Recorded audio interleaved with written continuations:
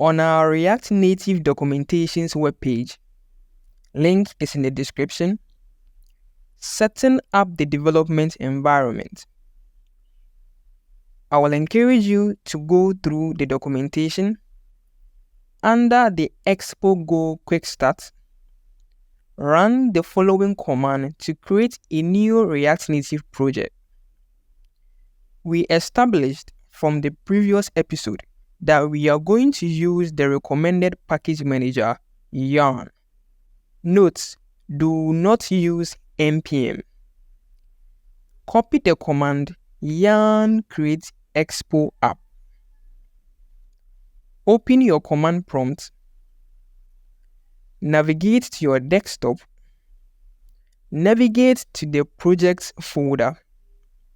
Now inside the project folder, paste the command yarn create expo app and add the name of the app, in this case, RestaurantApp. Now hit enter to create the app project.